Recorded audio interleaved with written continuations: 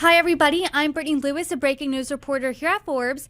Joining me now is Kevin Goldberg, Vice President and First Amendment expert at Freedom Forum. Kevin, thank you so much for joining me. Really excited to talk about this. Thanks for having me. I'm excited to talk about this too because as you and I were talking earlier, this almost seems like a tennis match. It seems like a ping pong match of lawsuit after lawsuit, accusations after allegations, and I would love for you to break it down for us in the legal standpoint. So we are talking about It Ends With Us and the drama surrounding that between actors Blake Lively and Justin Baldoni. So I want to go through a timeline here, a rough timeline that has a few key parts. So before Christmas, Blake Lively filed a complaint in California accusing Justin Baldoni of sexual harassment and orchestrating a smear campaign against her. These claims and more were featured in the New York Times article entitled "We Can Bury Anyone Inside a Hollywood Smear Machine." And that was a lengthy article. So then, a little over a week later on New Year's Eve, Lively filed a lawsuit in New York federal court against Baldoni, Wayfarer Studios, and others for, quote, retaliating against her for reporting sexual harassment and workplace safety concerns. Then on the same day, Baldoni filed a libel lawsuit against the New York Times in the neighborhood of $250 million over the paper's report on Lively's story. So you see this timeline, you hear those initial facts. Break it down for us. What sticks out to you as a lawyer? Well, my expertise is in First Amendment law, so really what I've been following most closely is the last part of that sequence. And you're right, it's a lot. But the lawsuit by Justin Baldoni against the New York Times alleging four different counts: defamation, false light invasion of privacy, promissory fraud, and breach of implied contract. And it is a 90-page complaint with a lot of factual allegations in there. We can talk about why they might be in there or what that means. But really what we are seeing here is a different way of having your back and forth, your conflict play out in courts. Let's talk about what is in those almost 90 pages there. When you're looking at that, when you're seeing different text messages, different facts, different claims, what sticks out to you? And does he have a strong case against the New York Times? Well, it is a lot of factual recitation and probably 2/3 to 3/4 facts, and then they get to sort of the legal claims at the end. And what we have to understand here is anytime a public figure, that's what the law calls a celebrity in these defamation cases, and that would include not only Justin Baldoni, but I think his production company, Wayfarer Productions, as well as the PR people and others that are joining him as plaintiffs in this lawsuit. Anytime that these public figures bring a defamation lawsuit, they have a really high bar to overcome.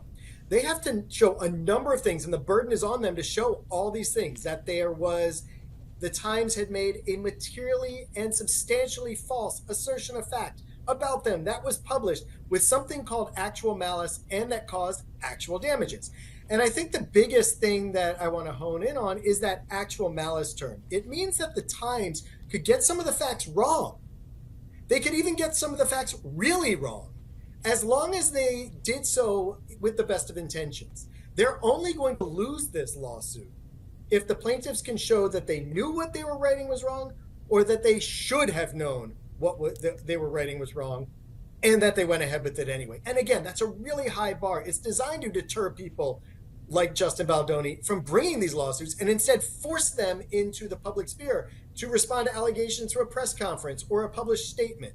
So it is a big step for them to take this and go to court with it. Do you think that his claim shows that there was actual malice here?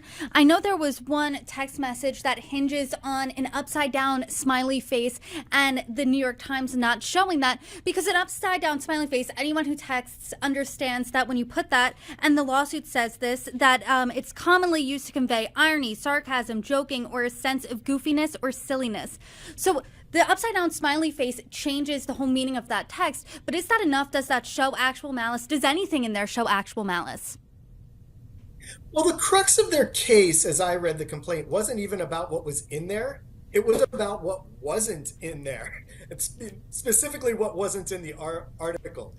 The main claim out of the four we talked about is the libel claim, and also we can call it defamation. And really what the plaintiffs are claiming is that the Times took a lot of the communication, specifically a lot of these text messages, which, as you note, are laid out in the complaint, and cherry picked the ones that they thought would best convey their view of what they wanted their story to say. Now, if that's true, I think that could demonstrate actual malice, because that's what you have to show. Again, you have to get into the mind of the reporter and the editors and say, well, clearly you harbored doubts and you went ahead with them, either intentionally or against anybody's best judgment. You were intentionally trying to mislead people, or took reckless disregard of truth or falsity. So again, I think, and the complaint comes back to this, I think it's really about what they chose to put in, but as much what they chose to leave out. In the lawsuit, Baldoni accuses the paper of having, quote, cowered to the wants and whims of two powerful, untouchable Hollywood elites. And those untouchable Hollywood elites that the lawsuit describes is Blake Lively and her husband, Ryan Reynolds. How hard is that to prove? Again, you now are actually bringing in third parties, because they're not suing, in this case, Blake Lively and Ryan Reynolds. You have to connect those dots with the conversations between the reporters at the Times, the conversations the reporters have with their editors at the Times, and the interactions with Blake Lively and Ryan Reynolds. So I think it is really difficult, and I think that is one thing we have to think about here and maybe read between the lines. I did say earlier that the actual malice standard makes it really hard for celebrities to bring lawsuits like this and win them. So why would they bring this lawsuit? And we are seeing a lot more of these types of lawsuits recently, even by public figures, even though they are very difficult to win. And a lot of people speculate, and I think this is one example of maybe they're just trying to play the case out in the court of public opinion, but using the courts to bolster that, to give it a little more authenticity, perhaps. And that's why they're doing this through a lawsuit instead of doing what usually we'd want to see, and that is staying away from the courts, just having not a conversation, but a public discussion about this, not a public series of lawsuits. And both sides have accused the other of smear campaigns, smear tactics. Do you think that Justin Baldoni and the rest of them that are suing the New York Times, do you think that that's a strong case? Will this hold up? Because the New York Times is defending itself, defending its reporting. $250 million, that's a lot. So how strong is this case? Again, I think it's not a particularly strong case in light of the high standard of proof they're going to have to make about the Times' mindset. That said, it's not a frivolous case either. Because there are so many facts, because we don't know what the mindset was, because the text messages are so voluminous, so extensive, and you have to look at all of them and really have to dig in, I think this would, in my mind, meet the standard for getting past a motion to dismiss. So that's usually the first hurdle a plaintiff has to get past in a lawsuit. It's something called the motion to dismiss. And if the Times could get this case dismissed at that first hurdle, that's obviously what they're looking for, because it stops it right there. No time, no expense, no stress. But if there's ever facts in doubt, a court is very hesitant to, grant that motion to dismiss. And they're going to say, well, we don't want to kick this out just yet. We'll go to discovery, and discovery is the part of the case where you have people get together either on paper or in some kind of mini hearings, maybe in law firm conference rooms, and you're going to have some of the key players being interrogated by lawyers. Well, that is where the money starts really piling up. That is where you start to reveal things. That is where the Times wants to stay out of that, and certainly wants to stay out of a trial. So I do think that there's a good possibility that this gets past the motion to dismiss, and that's where the Times is going to start thinking, how much more of this do we want, and how much do we want to open up our editorial thought process and decision-making process to public view? I know that, as you've said, this has to clear a high bar, but is there any precedence? Is there any case that this reminds you of? What does that look like? What is history telling you?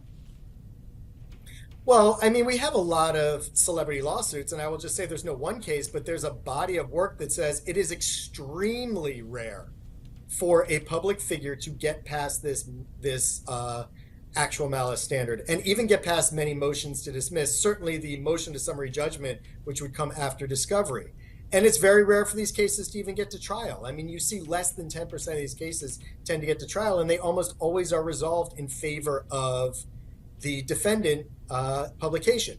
I mean, you can see why people bring this lawsuit, because it's going to put pressure on the Times to make decisions about how far they want to dig in, how far they want to take it, or perhaps do what ABC did a couple weeks ago in defending a case brought by President-elect Donald Trump, where they settled the case for $15 million, got out quick.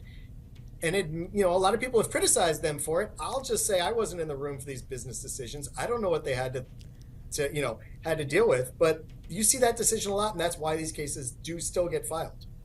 But to your point, aside from you just mentioning that now, it's not really brought up in the news anymore. It survived its few-day news cycle and kind of moved on instead of dragging out. We've been talking about Justin Baldoni and Blake Lively since the press tour of It Ends With Us back in the summer. We're still talking about them now, so it doesn't feel that this is leaving the news cycle. So let's say that this case does get past the motion to dismiss. What specifically are you going to look out for that indicates where this goes next? Well, I'm definitely going to be looking for, what the text messages really say, and what the editors and reporters' conversations about those text messages involve. Because that, to me, honestly, that is what this case hinges on. The other big ticket item, and this goes especially to the back end claim of breach of implied and could show actual malice on the part of the Times, was a promise that the reporter made to the plaintiffs that said, we need your statement on this, all of this, by noon tomorrow. And they asked for it at, I think, 9:45 the night before. But then at, I think, 10:45 that morning, before the noon deadline, went ahead and published. That's not great from the Times perspective. So those are the two things I'm looking at. How, what were the decisions made about this? And again, this is kind of what would be put front and center if this case ever got to trial, and probably is exactly what the Times doesn't want anybody to know. Well, Kevin, there's certainly a lot to look out for. And as this unfolds in the court, I hope you come back on, join me, break it down. Kevin Goldberg, thank you so much for the conversation. Thank you.